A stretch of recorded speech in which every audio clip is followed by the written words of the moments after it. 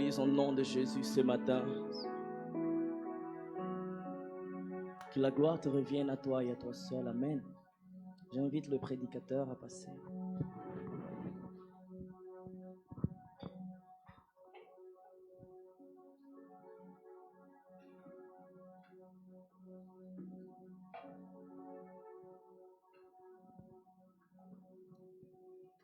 Amen.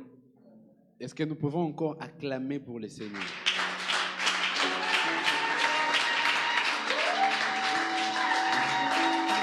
Alléluia. Alléluia. Il est le roi des rois, le Seigneur des seigneurs, le Tout-Puissant, le Créateur de toutes choses.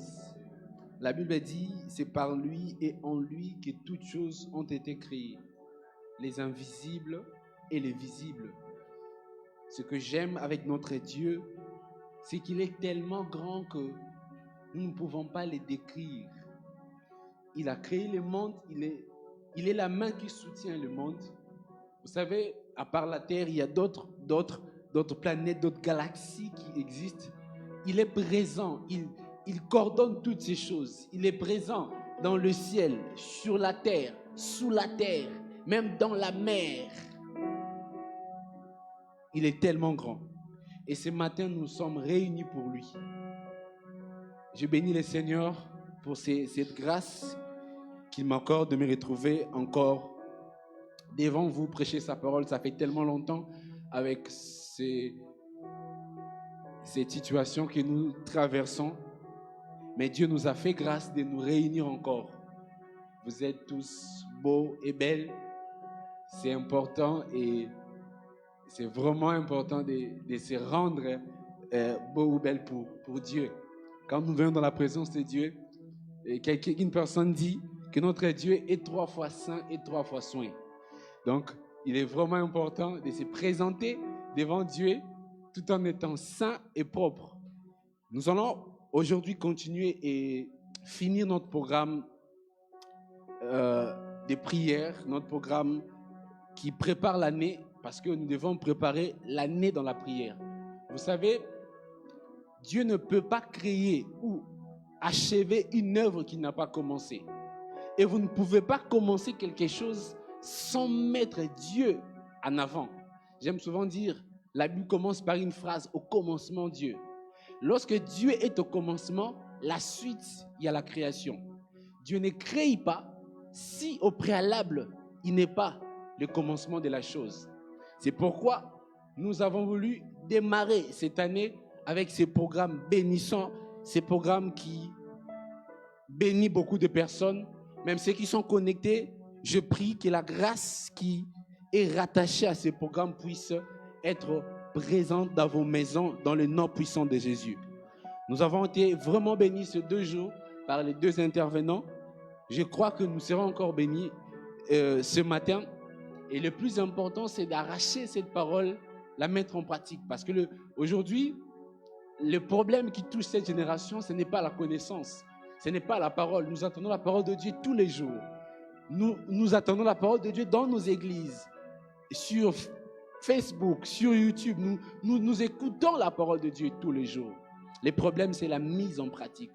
Je me souviens, si aujourd'hui je suis devenu chrétien, je suis devant vous en train de prêcher, c'est à cause d'une seule prédication. J'ai écouté un homme de Dieu prêcher. Cette prédication était tellement forte que même quand j'ai rentré dans la maison, j'avais l'impression que cet homme de Dieu parlait en moi. Quand je voulais faire certains trucs, j'avais l'impression que cette prédication revenait dans ma tête. Et ça commençait à me déranger. Ça avait fait des jours. J'ai décidé de prendre une décision de marcher avec Jésus. Je prie que ce matin, qu'après avoir écouté cette prédication, que ta vie de prière ne soit plus la même. J'ai dit, je prie que ce matin, après avoir écouté cette prédication, que ta vie de prière ne soit plus la même. La Bible dit que ces livres de la loi ne s'éloignent point de ta bouche. Médite-les jour et nuit et ensuite agis conformément selon ce qui est écrit. C'est alors que tu réussiras et tu auras du succès dans toutes tes entreprises. Le succès est rattaché à la mise en pratique de la parole de Dieu. Nous allons lire 2 textes. Avant que je donne mon sous-thème, nous allons lire 2 textes. Genèse chapitre 39, le verset 1er au verset 2. Le premier texte, Genèse chapitre 39, le verset 1er au verset 2. On fit descendre Joseph en Égypte et Potiphar, l'officier de Pharaon, chef des gardes égyptiens, l'acheta des Ismaélites qu'il y avait fait descendre. L'Éternel fut avec lui et la prospérité l'accompagna. Il habitait dans la maison de son maître, l'Égyptien. Alléluia. Joseph. Ah, Joseph. Nous allons comprendre 3 Jean. 3 Jean, les versets 1er jusqu'au verset 13. J'aimerais que nous puissions lire vraiment ce livre. Il n'y a qu'un seul chapitre. C'est pourquoi j'ai dit 3 Jean, 1er à 13. Bien-aimé, je souhaite que tu prospères à tous égards et sois en bonne santé comme prospère l'état de ton âme. J'ai été fort réjoui lorsque des frères sont arrivés et ont rendu témoignage de la vérité qui est en toi. De la même manière dont tu marches dans la vérité, je n'ai pas de plus grande joie que d'apprendre que mes enfants marchent dans la vérité. Bien-aimé, tu agis fidèlement dans ce que tu fais pour les frères et même pour les frères étrangers, lesquels ont rendu témoignage de ta charité en présence de l'Église. Tu feras bien de pouvoir à leur voyage d'une manière digne de Dieu, car c'est pour le nom de Jésus-Christ qu'ils sont partis, sans rien recevoir des païens. Nous devons donc accueillir de tels hommes afin d'être ouvriers avec eux pour la vérité. J'ai écrit quelques mots à l'Église, mais Diotrephe, qui aime être le premier parmi eux, ne nous reçoit point. C'est pourquoi je vais vous voir. Je vous rappellerai les actes qu'il commet en tenant contre nous des méchants propos. Non content de cela, il ne reçoit pas le frère. Et ceux qui voudront le faire, il les empêche et les chasse de l'Église. Bien-aimés, n'imite pas le mal, mais le bien. Celui qui fait le bien est de Dieu. Celui qui fait le mal n'a point vu Dieu. Tous, et la vérité elle-même, rendent un bon témoignage à Démétrius. Nous aussi, nous lui rendons un témoignage.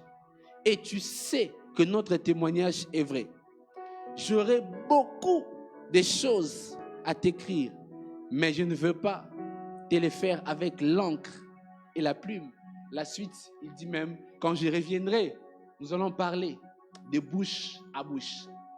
Le terme de notre programme, c'est « Je souhaite que tu prospères à tous égards ».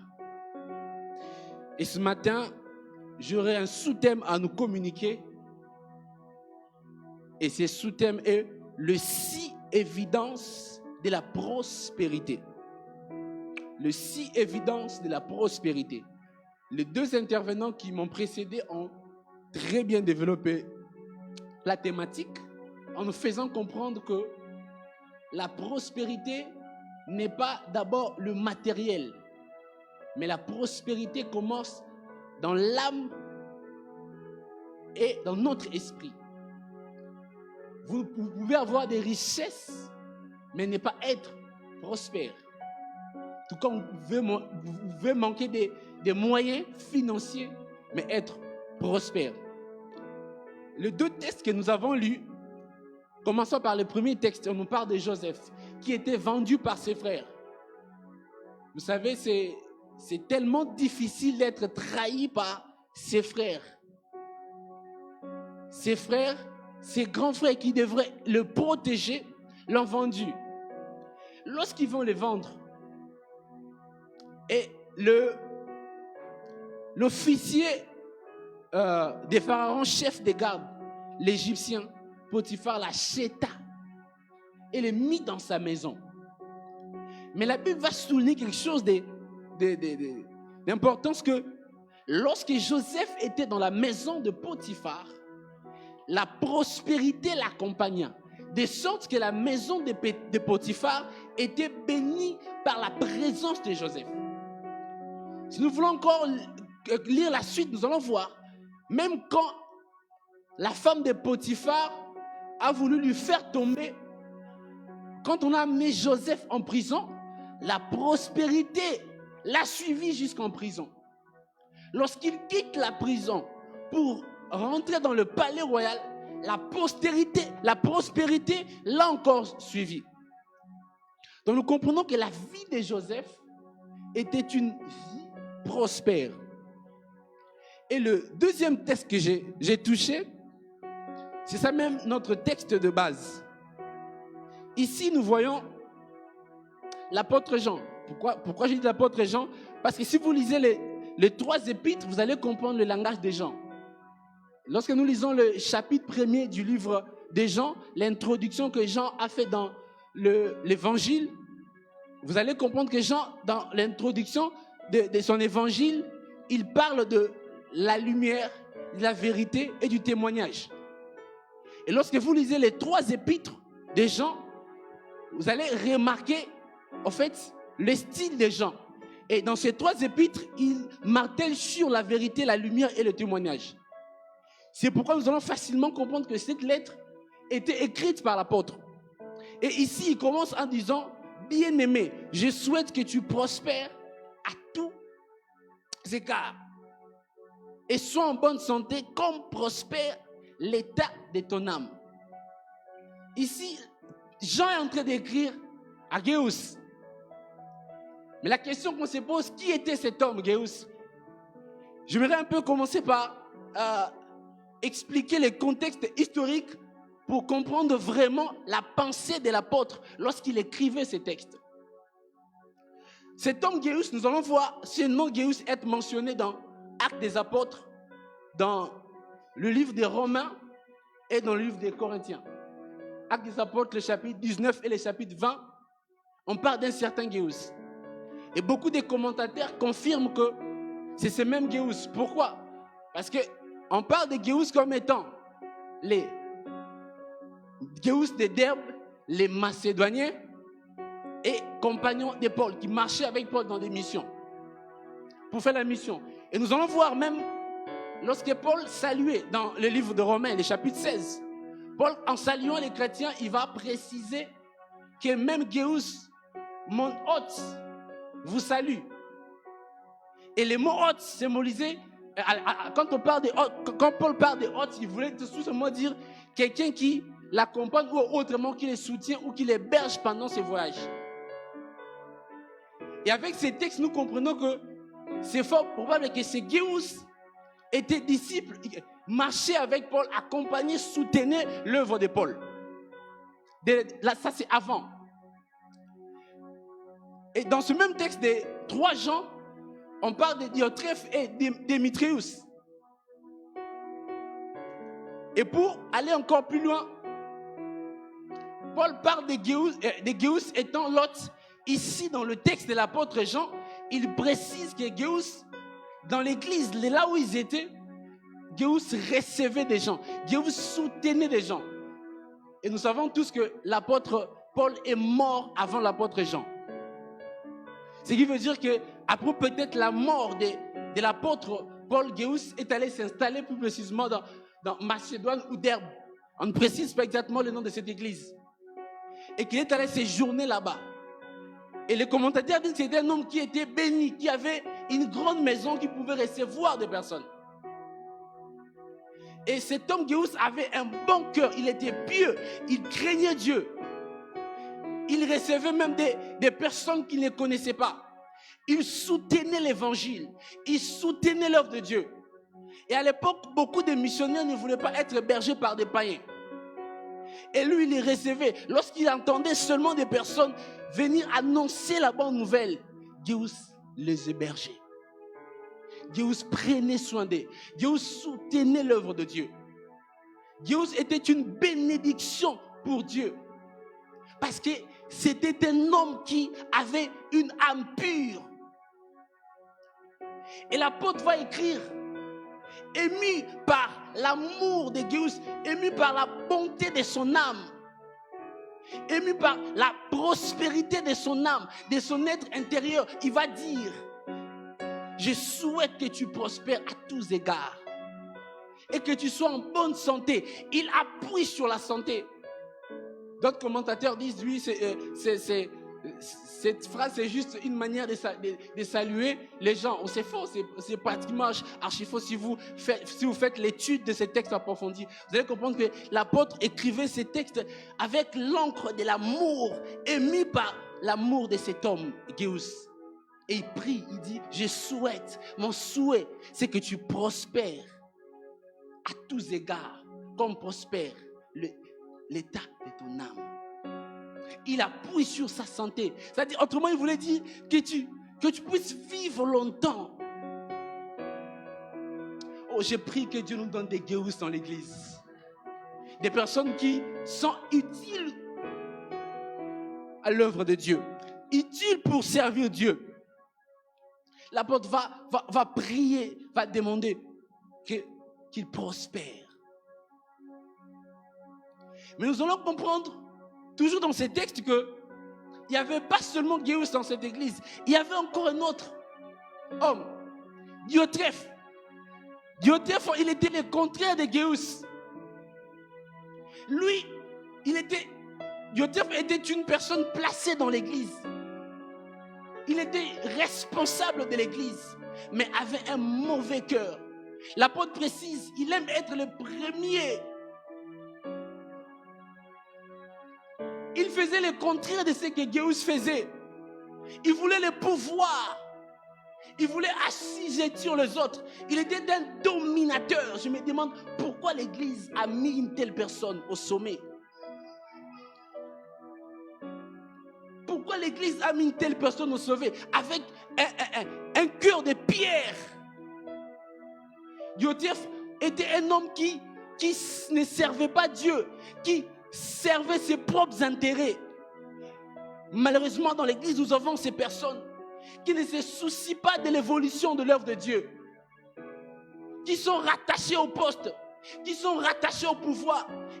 Ils sont prêts à tout faire pour le pouvoir. Ils sont prêts à tout faire pour rester quelque part, pour qu'on l'appelle seulement Respo là. Et quand il est Respo, tout le monde doit le voir ici. Il doit voir les autres comme ça. Diotrephe. Et il était tombé dans des fausses doctrines. Certains commentateurs précisent que lorsque l'apôtre Jean parle de la vérité, il parle aussi de la saine doctrine. Lui, il commençait à combattre la saine doctrine. Il commençait à déclarer des mensonges sur les autres. Il commençait à critiquer les autres. Il empêchait même les gens dans l'église à recevoir des missionnaires étrangers. Et ceux qui le faisaient, il les chassait. Diotrephe est un homme qui, lorsque tu as un problème avec lui, il va te rendre la vie dure dans l'église. Oh, nous avons concert. Il va railler ton nom. Il réglait ses comptes dans l'église. Son cœur était tellement malin. Et l'apôtre Jean dit, n'imite pas le mal. Et l'apôtre Jean dit, va rendre témoignage maintenant à Démétrius. Maintenant les commentateurs disent, pourquoi l'apôtre va ajouter Démétrius? Donc, certainement, Gaius était un homme qui ne voulait pas s'associer avec n'importe qui. C'est qu'il doutait de l'intégrité de Démétrius. C'est pourquoi l'apôtre Jean lui rappelle des nouvelles qui lui étaient parvenues concernant Démétrius. Et lui précise que les témoignages que j'ai reçus est mon témoignage. En disant que nos témoignages sont vrais. Démétrius est un bon frère.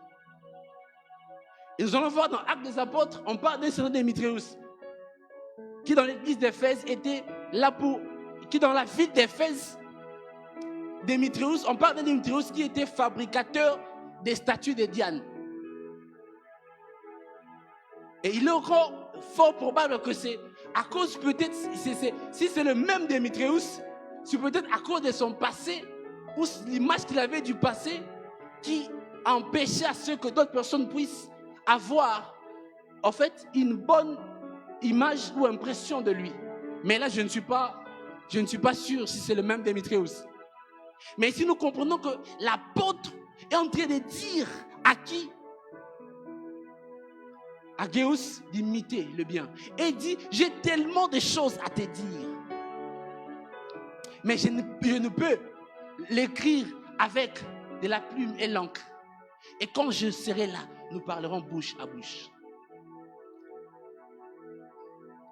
Après avoir compris ces deux histoires, nous pouvons comprendre maintenant dans quel contexte l'apôtre avait écrit ce texte. La chose qui lui a motivé de souhaiter la prospérité, c'est la bonté de Gaius. C'est la bonté de Gaius. La prospérité, c'est quoi? Et pourquoi je dois parler ce matin rapidement des 6 évidences de la prospérité? Aujourd'hui, la prédication de la prospérité est galvaudée dans le corps du Christ. C'est même devenu une prédication tabou. Quand tu dis seulement prospérité, égaré. Alors que dans la Bible de Genèse à Apocalypse, on parle de la prospérité et de la réussite. Le problème, ce n'est pas que la prospérité n'est pas biblique. Mais le problème, c'est comment nous prêchons et nous comprenons la prospérité. Nous devons appréhender la prospérité selon Dieu. Et il y a 3 courants. Le premier courant est un courant déséquilibré de la prospérité. C'est le courant qui est né du mouvement qu'on appelle le Kingdom Now aux États-Unis. C'est le courant qui parle de la richesse, qui ne parle pas du royaume, qui rattache les gens à la terre, qui parle que de la richesse. Des hommes avec des richesses, mais ces richesses ne servent à rien, ne servent qu'à rendre les gens terrestres. Le deuxième courant, c'est le courant qui est radicalement contre la prospérité, en disant qu'on ne peut pas parler de la richesse dans l'église. Prêche-moi seulement la sainteté. Nous trouvons des chrétiens, je dirais, enfermés, incapables de témoigner Christ dans la société, parce que pour eux, la vie chrétienne, c'est j'accepte Jésus, je viens à l'église, je prie, je rentre, je dors, j'attends l'enlèvement de l'église.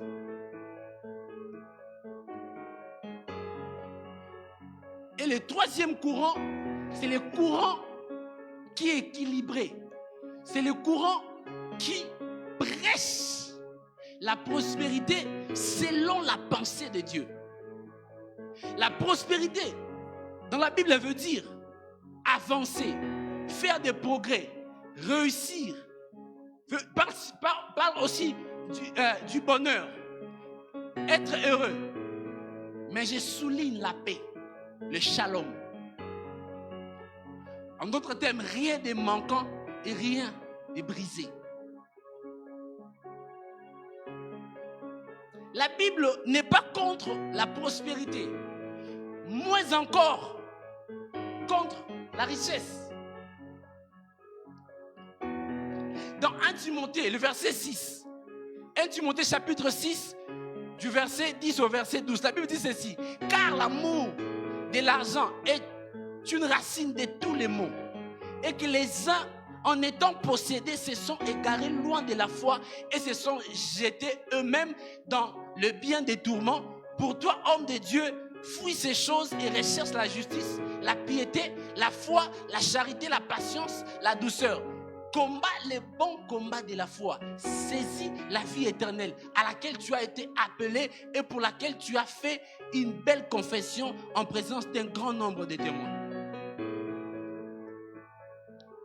Le problème, ce n'est pas, même quand on parle de la prospérité financière, ce n'est pas la prospérité financière.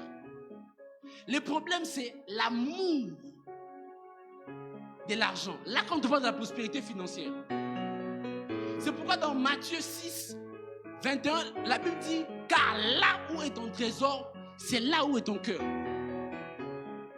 Ceux qui mettent leur cœur, leur amour dans les choses terrestres ne connaissent pas Dieu. Ils sont égarés de la foi. Ils sont des idolâtres parce qu'ils sont rattachés aux choses terrestres. Parce qu'ils sont rattachés à l'argent. Parce qu'ils sont rattachés à ce que Dieu donne et non à ce que Dieu est.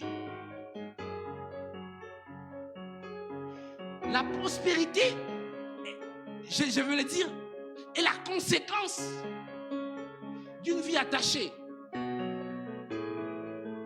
à Dieu. Bien-aimé, avoir de l'argent ne veut rien dire devant Dieu. Tu peux avoir des millions, tu peux avoir des milliards, mais tu es pauvre. J'ai vu des hommes riches mourir, laisser l'argent.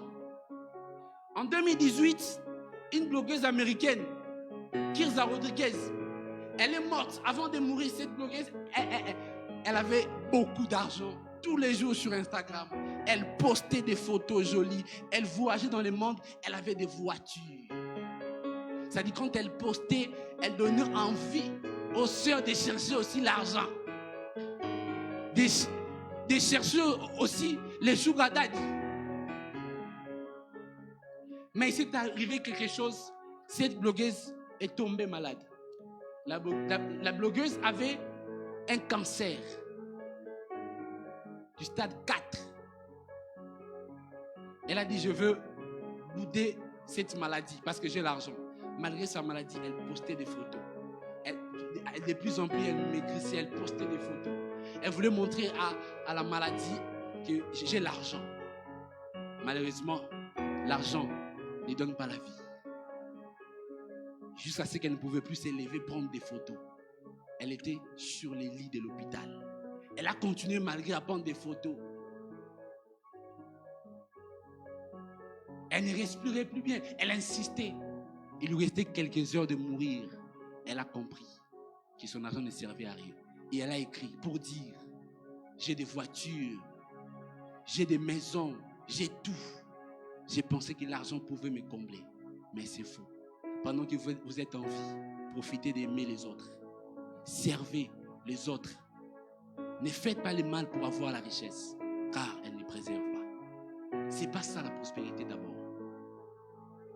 C'est pourquoi je vais rapidement nous parler de la pensée de Dieu.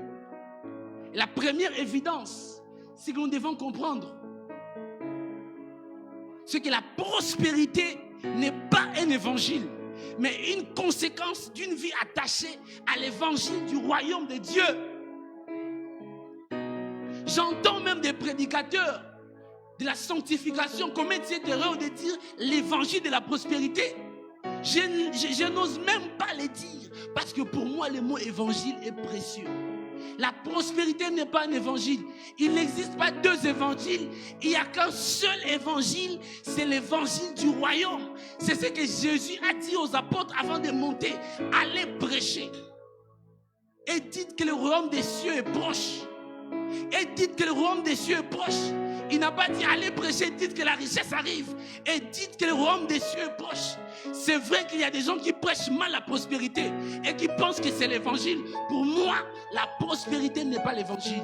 La prospérité est un message inclus dans l'évangile. Et là où l'évangile est bien prêché, il y a la prospérité.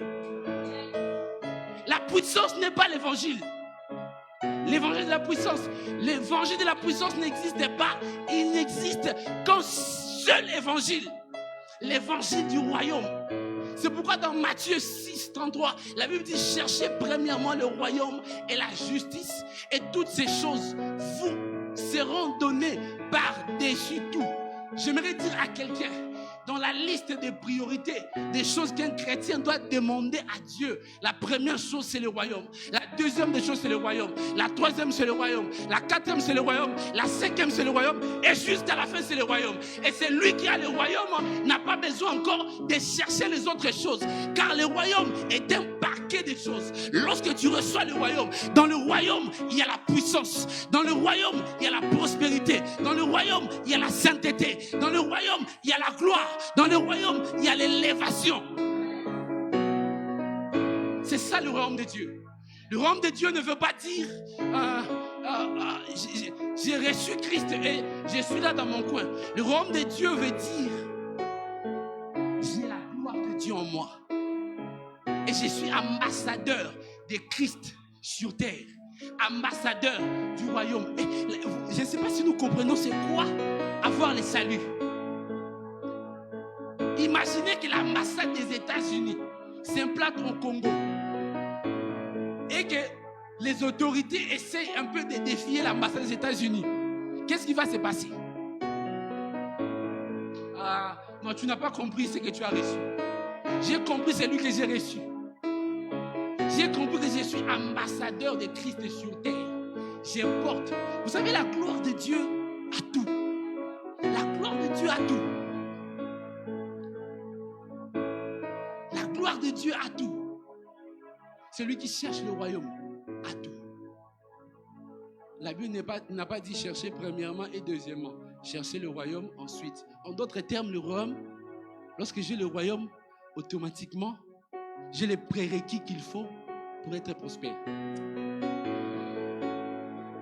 Donc, si toi, tu ne veux pas profiter de la prospérité physique, c'est ton problème. Moi, je profite de la prospérité de l'âme, de l'esprit et physique.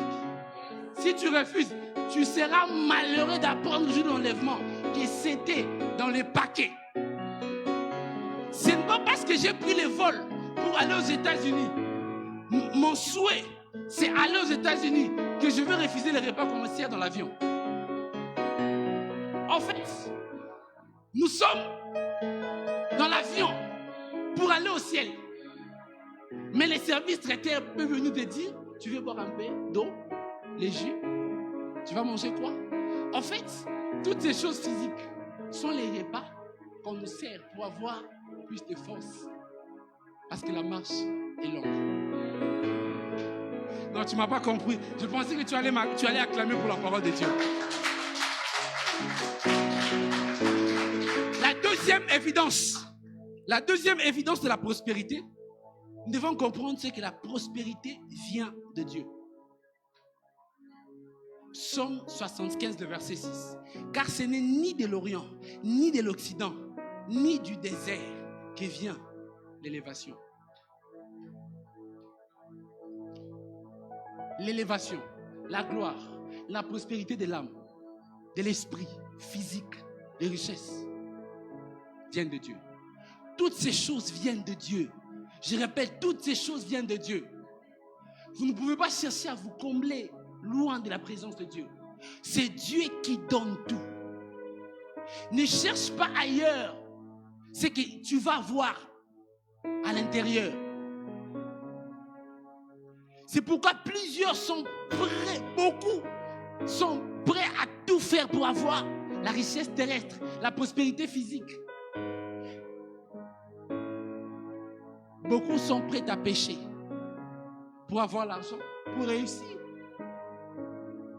Si je pose la question, qui ici parmi nous, depuis qu'il a commencé à étudier, n'a pas triché? Je suis sûr que 30%, seulement 30% osera au moins d'élever la main. C'est pour dire que l'homme est prêt à tout faire pour avoir ce qui est éphémère, ce qui est caduc. J'aime souvent le dire, ne péchez pas pour avoir des choses terrestres. Ne péchez pas pour avoir des richesses terrestres. Joseph est resté intègre. Joseph a eu des opportunités de tomber et de bénéficier de certaines choses. Mais il a refusé. Coucher avec la femme de Potiphar.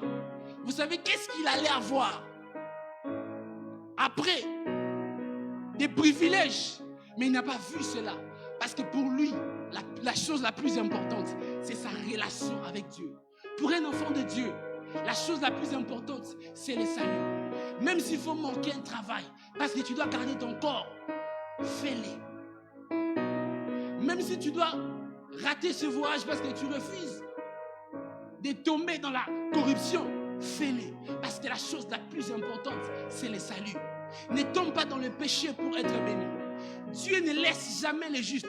C'est pourquoi la Bible dit, David va dire, j'ai été jeune, j'ai vieilli, je n'ai jamais vu un juste abandonné, ni sa postérité mendiant son pain. Plusieurs tombent dans le péché pour avoir des choses qui sont éphémères. Joseph est resté fidèle.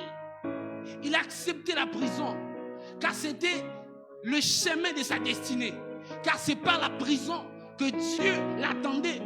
La prison était la passerelle du palais royal. J'aimerais te dire, le refus de la tentation, le refus de tomber au péché est la passerelle pour rentrer dans la gloire. C'est parce que Jésus a refusé de tomber devant Satan que les âmes sont venues le servir. À chaque fois que les tentations montent dans ta vie, sache qu'une gloire est proche. Mais je ne te dis pas de craindre Dieu pour être béni. Mais je suis en train de te dire, la Bible dit clairement que heureux l'homme qui, après avoir surmonté la tentation, ensuite, il y a quoi? Il y a une couronne. Chaque péché est rattaché à une croix. Et chaque obéissance est rattachée à une couronne. Jacob, au début, n'avait pas compris. Sa mère avait la révélation que l'enfant avait une grande destinée. Mais sa mère ne savait pas comment, les mécanismes de la bénédiction. Frères et sœurs, il est possible de recevoir la prophétie. Recevoir la prophétie est une chose, mais connaître le mécanisme de l'accomplissement en est une autre. C'est pourquoi je dis souvent aux gens, vous aimez les prophétiques. Dire aux gens tu seras béni est une chose, mais dans les prophétiques, la chose la plus importante, c'est l'orientation. Car la prophétie des prémonitions n'est pas une fatalité. L'orientation montre à la personne comment rentrer dans la bénédiction. Rebecca était une femme prophétique. Elle avait la capacité de voir les futurs, mais elle manquait l'orientation. C'est pourquoi qu'est-ce qu'elle a fait? Elle a poussé à l'enfant de mentir pour être béni. Et je me dis à quelqu'un, Jacob avait seulement reçu la bénédiction de son père. Et ce n'était pas suffisant. C'est pourquoi il n'avait jamais reçu de paix. Il devait travailler, souffrir 14 ans pour avoir des femmes, fuir. Quand il fuit là-bas, Ésaü les cherchait. Lorsqu'il a compris que ce n'était pas par Jacob qui devait avoir cette bénédiction, il a compris le mécanisme. C'est quoi? Combattre avec Dieu. Et quand il a combattu, il est rentré dans le combat. C'est là qu'il va quitter Jacob pour devenir Israël. Or, Israël, c'est l'accomplissement de la vision d'Abraham. Je me dis à quelqu'un, lorsque tu combats avec Dieu, tu vas vaincre Ésaü. Lorsque tu combats avec Dieu, tu vas vaincre les sociétés de ta famille. Lorsque tu combats avec Dieu, tu vas vaincre la pauvreté. Combattre avec Dieu, ce n'est pas tu te lèves le matin, tu dis le feu sur toi Dieu. Non. Combattre avec Dieu veut dire quand la tentation arrive, tu ne tombes pas. Combattre avec Dieu veut dire quand le péché se présente devant toi, tu dis non, je n'abandonne pas. C'est ça, combattre avec Dieu. Dieu ne supporte pas de voir un juste souffrir. Même quand les apôtres souffraient, quand ils mouraient, dans leur mort, ils voyaient Christ. Quelle mort! C'est quelle mort! Quelqu'un qui est en train de mourir. Les apôtres qui ont lapidé, qui ont décapité, qui ont brûlé vivants. Les exégètes disent que d'autres, pendant qu'on les tuait, ils chantaient des louanges. Oh my God! Étienne, on les lapidait, ils voyaient Christ.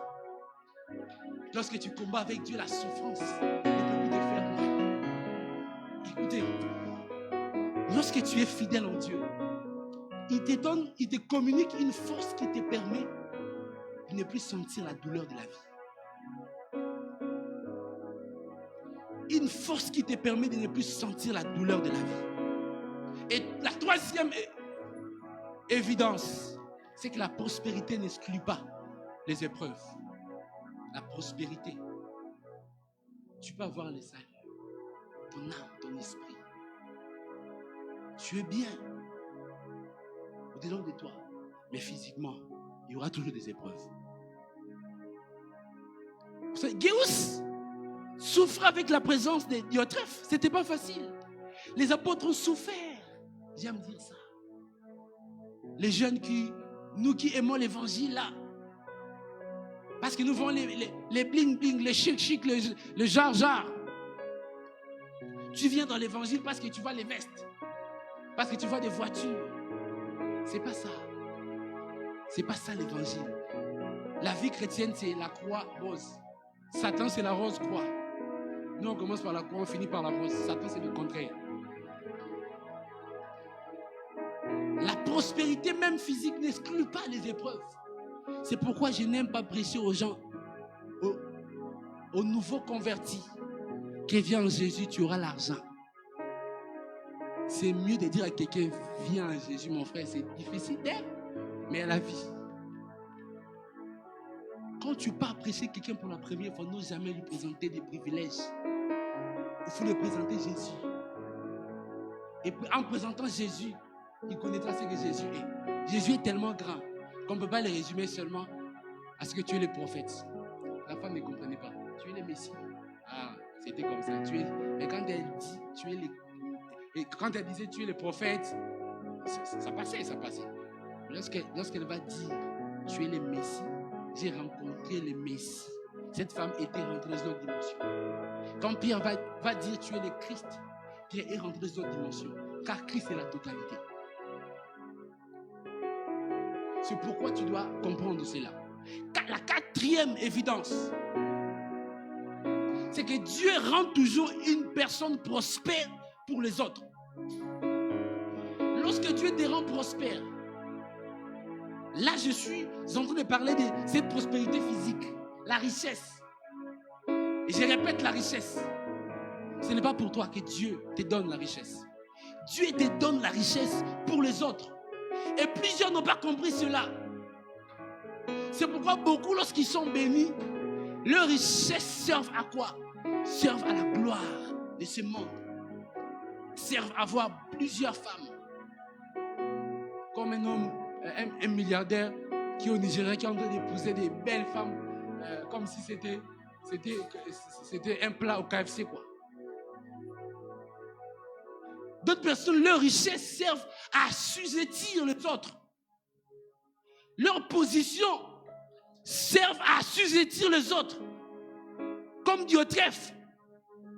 Il avait une position, mais il profitait de ça pour faire souffrir les autres. Dieu ne te bénit pas pour que tu puisses nous faire souffrir. Nous avons des crises cardiaques, frère. Dieu, quand il te bénit, c'est pour les autres. Et tu ne peux pas venir en Christ avec ton argent pour impressionner Dieu. L'argent n'impressionne pas Dieu. Jésus-Christ était sur terre, Dieu, il était roi. Lorsque les gens demandaient le pain, qu'est-ce qu'il a dit? Christ. Il a dit aux disciples, donnez-leur à manger. Pour dire quoi? C'est lui qui prétend avoir la royauté, doit être prouvé qu'il est roi. Et qu'est-ce qu'il a fait? Il a multiplié les pains. Il a changé l'eau en vin. Pierre a péché. Ça dit, il a montré cela pour dire la richesse doit servir pour aider les autres. C'est pourquoi plusieurs demandent à Dieu l'argent, la richesse. Ils ne reçoivent pas cela parce que Dieu, quand tu pries, ce n'est pas des paroles qui l'intéressent. Dieu fait la lecture de ton cœur. Il sait que s'il te donne, tu ne vas pas mettre cet argent à la disposition des autres. Seulement quand tu as 100 dirhams, quelqu'un te demande, d'ailleurs, là, donne-moi 5 dirhams, 10 dirhams. Tu dis, frère, j'ai rien. Les gens qui souffrent là à la rue, un jour j'ai marché avec un frère chrétien, il y avait un enfant, un petit enfant qui pleurait, demandait seulement 1 dirham. Les gars avaient de l'argent, mais un autre, il chassait l'enfant. J'ai dit, à quoi sert de donner seulement?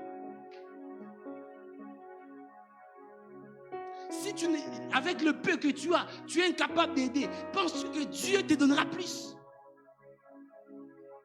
Ton cœur.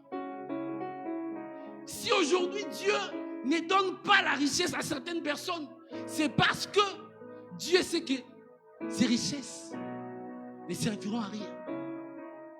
Va travailler, va bosser, cherche l'argent, tu n'as pas besoin de prier pour l'avoir. Mais j'aimerais dire à quelqu'un, il y a une dimension de richesse. Je répète, il y a une dimension de richesse. Pour l'avoir, il faut seulement Dieu. On peut tous travailler le même, je répète, on peut tous travailler, respecter l'horaire du travail, mais ne pas avoir le même résultat. Parce que certaines personnes, ils ont ajouté une touche surnaturelle dans ce qu'ils font. Dieu accompagne sa main dans ce que tu fais. Lorsque tu as un cœur disposé pour servir les autres. C'est pourquoi ce jeune homme riche, quand il vient suivre Jésus, Christ lui dit, vends tes biens, donne-le aux pauvres.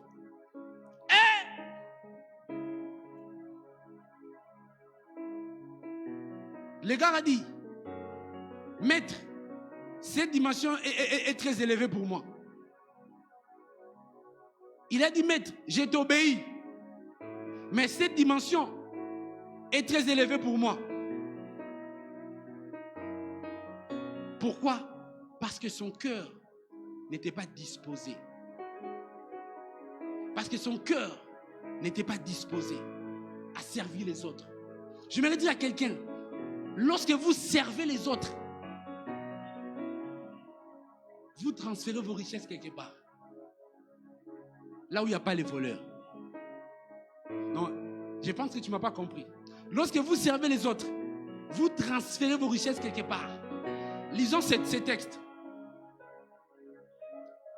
Matthieu 6, 19 à 20. Ne vous amassez pas de trésors sur la terre où la teigne et la rouille détruisent et où les voleurs percent et dérobent. Mais amassez-vous des trésors dans le ciel où la teigne et la rouille ne détruisent point et les voleurs ne dérobent point ni ne percent. Lorsque tu sers les autres, lorsque tu aides les pauvres, tu fais les transferts de tes biens dans la banque de Dieu. En fait, si seulement ces riches avaient fait ce que Christ lui avait dit, il allait transférer. Et c'est quoi transférer ses richesses? C'est ce qu'Abraham avait compris. La Bible dit que c'est par la foi qu'Abraham habitait sous des tentes. Pourquoi? Parce qu'il avait vu une cité céleste dont Christ est le seul constructeur et architecte. En fait, Jésus dit aux disciples, dans la maison de mon Père, il y a quoi? Il y a plusieurs demeures. Il va encore dire, je m'en vais vous préparer une place. Jésus confirme la vision d'Abraham, qu'il est l'architecte qui bâtit la nouvelle Jérusalem. Lorsque tu reçois Jésus, tu as le salut. Mais pour que tu aies une maison, tu dois envoyer le matériel. Et si tu n'es pas disposé à aider, à soutenir les autres, c'est pourquoi j'aime dire aux gens, plus tu es au service de Dieu, plus tu es au service des autres, plus tu aides les autres, plus ta récompense au ciel sera plus grande. La richesse doit servir les autres et non pour prouver aux autres. Dieu a élevé David. David avait l'opportunité de se venger de Saoul, mais il n'a pas fait. Et il refuse, il même dit, ne touchez pas au loin de Dieu. Quel cœur! Malgré l'élévation, il reste un homme pur. Joseph, la même chose. Il n'a pas tué ses frères, mais il les a aidés. Mais ce sont eux qui l'avaient vendu. Si c'était toi, qu'est-ce que tu allais faire? Certains disent même, Dieu a confondu mes ennemis. Nous prenons certains textes, certains psaumes de David, nous essayons un peu de les extrapoler pour en faire des prétextes qui incitent la haine. Un vrai enfant de Dieu ne parle pas que j'ai des ennemis. Donc toi tu es là pour haïr. Christ dit aimez même vos ennemis. Judas qui avait trahi Christ, quand il vient embrasser Jésus, il appelle ami. Quel amour, quel cœur. Je ne sais pas si je saurais. C'est ce que Christ veut nous faire comprendre. La prospérité physique, l'élévation physique dépend de l'état de votre cœur. Et ensuite, l'avant-dernier point, c'est que l'avant-dernière ou la cinquième évidence, c'est que la prospérité contribue à l'évangile et à l'avancée du royaume de Dieu. Quand Dieu te donne une prospérité, si cette prospérité ne contribue pas à l'évangile, laisse-moi te dire, tu vas taper à côté. Géus, avec le peu qu'il gagnait, il est disposé pour l'œuvre de Dieu. Il est disposé pour accueillir, pour soutenir. L'Église a besoin de personnes bénies dans la société. L'Église a besoin de personnes élevées. des hommes de Dieu intègres, qui sont aussi bénis, qui soutiennent l'œuvre de Dieu. S'il n'y avait pas l'argent, est-ce qu'on allait faire ce live? C'est parce que nous avons l'argent que nous faisons ce live. Vous comprenez l'importance de l'argent dans l'évangile? On dit quoi? L'argent était un bon serviteur, un mauvais maître. Donc prenez l'argent comme un bon serviteur. L'argent sert à l'évangile. Donc c'est pourquoi ne soyez pas aussi très très radical pour bien enseigner la prospérité financière. Je ne parle pas enseigner le coaching parce que certains prédicateurs ont commencé à enseigner le coaching. C'est-à-dire à la place d'enseigner les gens c'est quoi la prospérité, on voit le coaching dans l'église, la motivation. C'est-à-dire avec des versets bibliques. Soit tu fais la motivation, soit tu prêches la parole de Dieu. Il y a une manière de prêcher la prospérité. Et il est important que nous puissions faire comprendre aux chrétiens, vous avez une mission aussi dans la société. L'église est sur terre. Et l'église, je répète, l'église est sur terre. Notre mission, c'est quoi? Impacter. Nous sommes les sels. Donner la saveur. Nous sommes la lumière du monde. Éclairer. Là où tu es, tu dois éclairer. C'est pourquoi il est important de faire comprendre aussi aux chrétiens cela, la prospérité physique. Et l'apôtre, il dit, je souhaite que tu prospères à tous égards. Il va même marteler sur sa santé physique. J'aimerais dire à quelqu'un, tu as un appel dans la société. L'église est dans une société. Une église qui n'a pas de personnes bénies dans la société, c'est une église qui est exposée à se soumettre à la terre. Exposée à se soumettre à la société. Vous savez, aujourd'hui, plusieurs pays, certaines églises commencent à voter des lois au monde sur l'homosexualité. Ce n'est pas eux, c'est la pression du gouvernement, du système qui est au-dessus d'eux. Imaginez que dans ce système-là, s'il y avait des chrétiens, vous pensez que ces lois allaient être votées? Non. Pourquoi? Parce que les chrétiens sont devenus des ratés dans la société. L'église devient comme un endroit où des gens qui ont raté la vie viennent se consoler. Donc, je ne sers pas un Dieu qui me donne seulement la vie éternelle. Je sers un Dieu qui me distingue aussi dans la société. Aujourd'hui, un pays comme l'Afrique du Sud va légaliser la sorcellerie. Vous pensez normal? L'année passée, c'était l'année, je me souviens, si c'était pas l'année passée, c'était en 2018. Nous avons reçu ici un homme de Dieu qui vient de la France, de Nancy, qui nous dit, son église fait partie d'une convention religieuse là-bas en France. Que lorsqu'ils se réunissaient, ils ont débattre. D'autres églises étaient pour l'homosexualité. Et on lui disait, ton église, elle est désordre. Parce que les gens chantent, dansent. Il leur a répondu. Il dit, chez moi, il y a le désordre parce que les gens dansent. Alors chez vous, là où vous avez accepté l'homosexualité, il y a quoi?